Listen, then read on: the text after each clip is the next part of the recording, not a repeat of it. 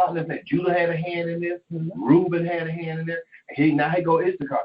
Issachar said, what did Issachar say? Issachar in verse 12. And Issachar, Issachar, what did he? Verse 10. 10. Mm-hmm. And Issachar said unto them, here is an advice for you, if it seems good in your eyes to do this thing. Take the coat which belongs to Joseph and tear it, and kill a kid of the goat, and keep it in it, and dip it in its blood, and send it to our father. And when he sees it, he will say, an evil beast has devoured him. He did say that, didn't he? Yes, he did.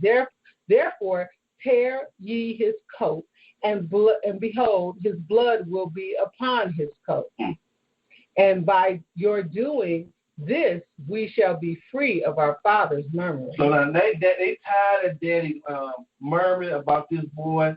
You know, he'll probably be put to rest, and we're through with him, and we're through with Joseph, the burden of Joseph.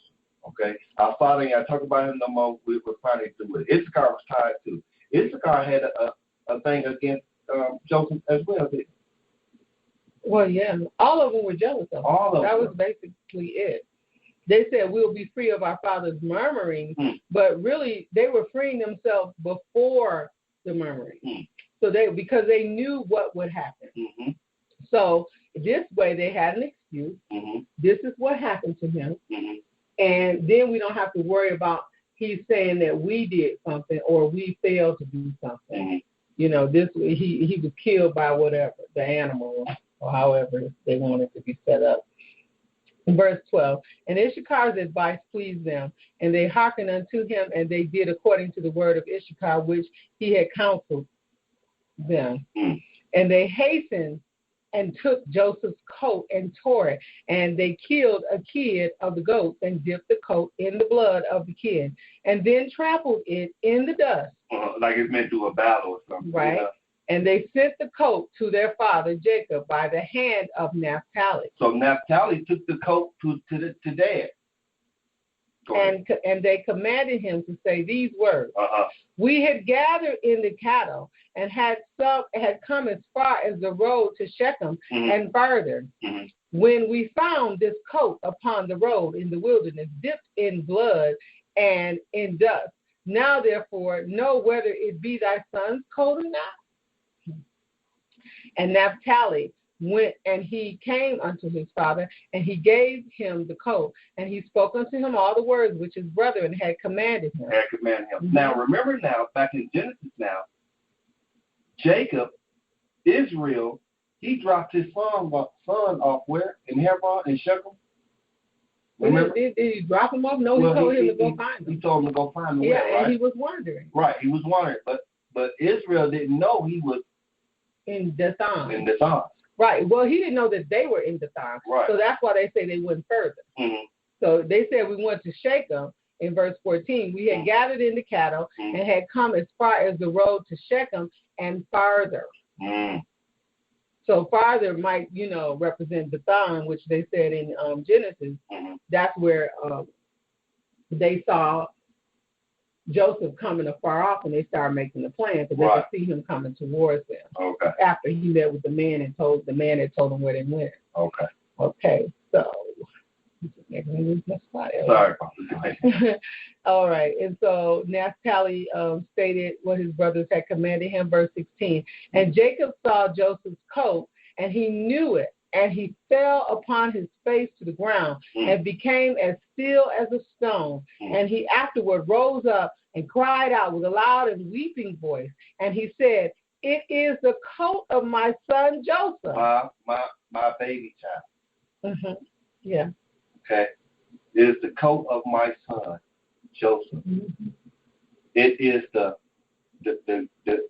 gown of my daughter. It is the hat of my son. All right. We have precious items that belong to our children, and it's undefilable. We can identify things that belong to our children, and that's exactly what he did. Okay? His heart was mourning for his son, his baby child, Joseph. Remember, every father, every mother has a dream, has a thought, a blessing upon their children. They can see their children doing things, accomplishing goals. All right? We do it today. Go ahead, Papa. Verse 17.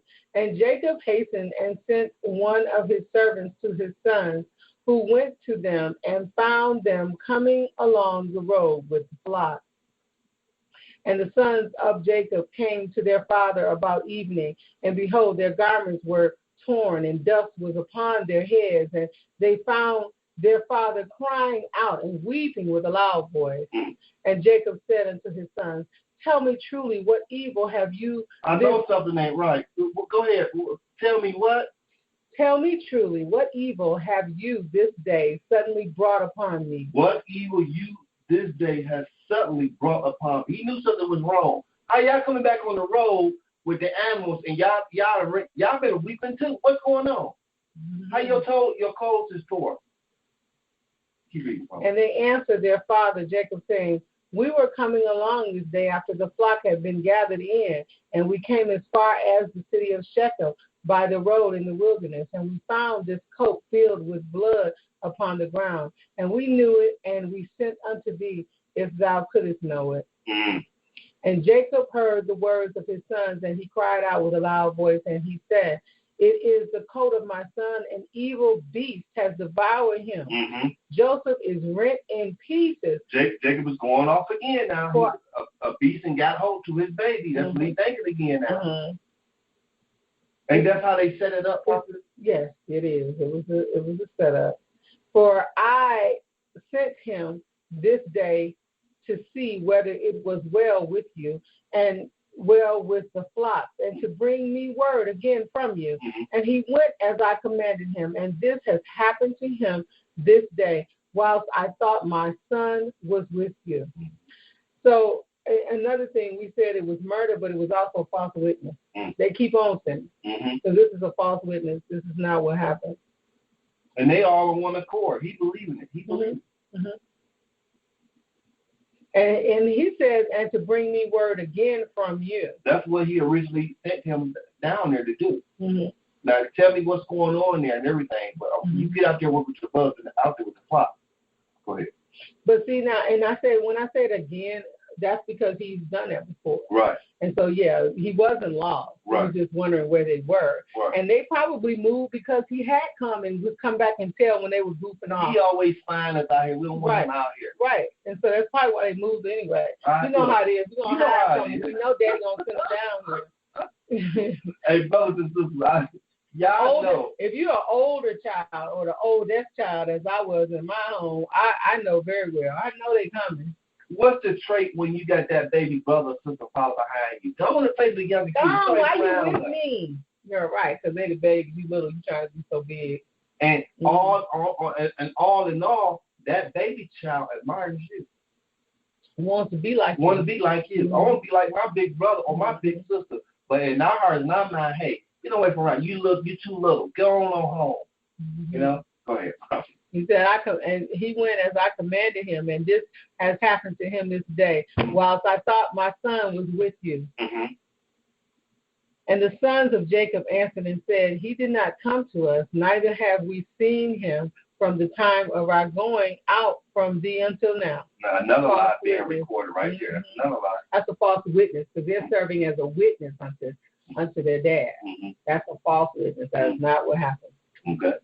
And verse 22, and when Jacob, and I'm saying verse 22, and for those who may just be tuning in, we're in the book of Jasher, chapter 43. And as I stated, if you do not have and you want to follow along on the recording or however it is that you're hearing this, you can certainly put in the book of Jasher in Google, and it'll give you various options. Yeah, we're in the book of Jasher, brothers. Follow us now. We're in chapter 43. Verse 22. All right. And when Jacob heard their words, he again cried out loud. He keep crying. He keep crying. And he rose up and tore his garments, and he put sackcloth upon his loins, and he wept bitterly, and he mourned and lifted up his voice in weeping, and exclaimed and said these words, Joseph, my son, oh, my son Joseph, I sent thee this day after the welfare of thy brethren, and behold, thou hast been torn in pieces. Through my hand has this happened to my son. It grieves me for thee, Joseph, my son. It grieves me for thee. How sweet was thou to me during life, and now how exceedingly bitter is thy death to me.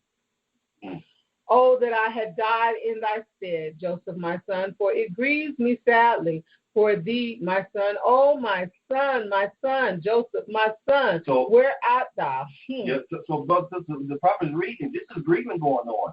It's proper for us to leave here before our children. We should never have the witness our children die before us on this earth. It's sad to happen. We should be blessed to live in our old age, while our children go up, then pass before them. It's always our expectation. It's our expectation. That's my expectation. Okay. But this was a grievance to him, like any father or any mother. Go ahead, Pastor. Oh, my son, Joseph, my son, where art thou, and where hast thou been drawn? Arouse from thy place, and come and see my grief for thee. Oh, my son Joseph, come now and number the tears gushing from my eyes down my cheeks, and bring them up before the Lord, that his anger may turn from me. Now this is recorded, documented from our forefathers on what happened in the book of Genesis. This is the history behind it. It's not documented in Genesis, because Genesis is going to give you minor details about it. This is giving you the full extent of what happened here. Okay? Keep reading. Oh, Joseph, my son, we're at verse 27. Oh, Joseph, my son, how didst thou fall? By the hand of one by whom no one had fallen from the beginning of the world unto this day. For thou hast been put to death by the smiting of an enemy, inflicted with cruelty. But surely I know that this has happened to thee on account of the multitude of my sins. Now the father's blaming himself. He going off. All this, he got a whole story coming out. He ain't seen this, but he's blaming himself because of my sins. My baby boy is dead because of that. We knew, you know, that the sins of the father is going to be carried on the children. We know that, right? This is documented stuff. But Jacob lost it. He lost it. And we do it today. We grieve ourselves today when something like this tragic happens. But this is not true. Keep reading, Prophet. I know that this has happened to thee on account of the multitude of my sins. Arouse now and see how bitter is my trouble for thee, my son. Although I did not rear thee, nor fashion thee, nor give thee breath and soul, but it was God, the Most High, who formed thee and built thy bones and covered them with flesh, and breathed in thy nostrils the breath of life. And then he gave thee unto me. And then he gave what? Then he gave thee unto me. Understand, brothers, that every child that you have on this planet is a gift from the Most High to you, to put in your care. Remember, and I say it all the time, that child belongs to the Most High before he gave it to you. That's his thing. You're supposed to be a responsible person and raise that child in the way that they should go. Right, Prophet? Yeah. Raise up a child in the way that he should go, and in the end, he or she will not depart from it. Teach them the laws and statutes of the Most High God. Okay? Powerful lesson here in the book of Jasper. We hope that you're following this. We hope that you're catching on with this. Go ahead, Prophet. I'll let you finish reading that. Verse 29. Now truly the Most High, who gave thee unto me, he has taken thee from me, and such then has befallen thee. And Jacob continued to speak like unto these words concerning Joseph, and he wept bitterly. He fell to the ground and became still. And all the sons of Jacob, seeing their father's trouble, they repented of what they had done, and they also wept bitterly. Now, see, they're crying too. They weeping out too. Matter of fact, they didn't think that all this weeping was going to continue to go on. We're going to put an end to this. This is the end that follows what? When we went back over here to verse what Prophet? We're going to go. Yeah, his verse. No, 7. Murmuring. He's murmuring. Right. All right. So in verse 11, read verse 11 one more time and let's get back over there. Where? In the book of Jasper, verse 11. They thought the murmurings of the father was going to be put an end to. All right. And so they were referring to sending things to, and send it to the father. So they're talking about what they're going to do with the coat of many colors, and then the goat and the blood. They said in verse 11, in the book of Joshua, chapter 43, and send it to our father. And when he sees it, he will say, an evil beast has devoured him. Therefore, tear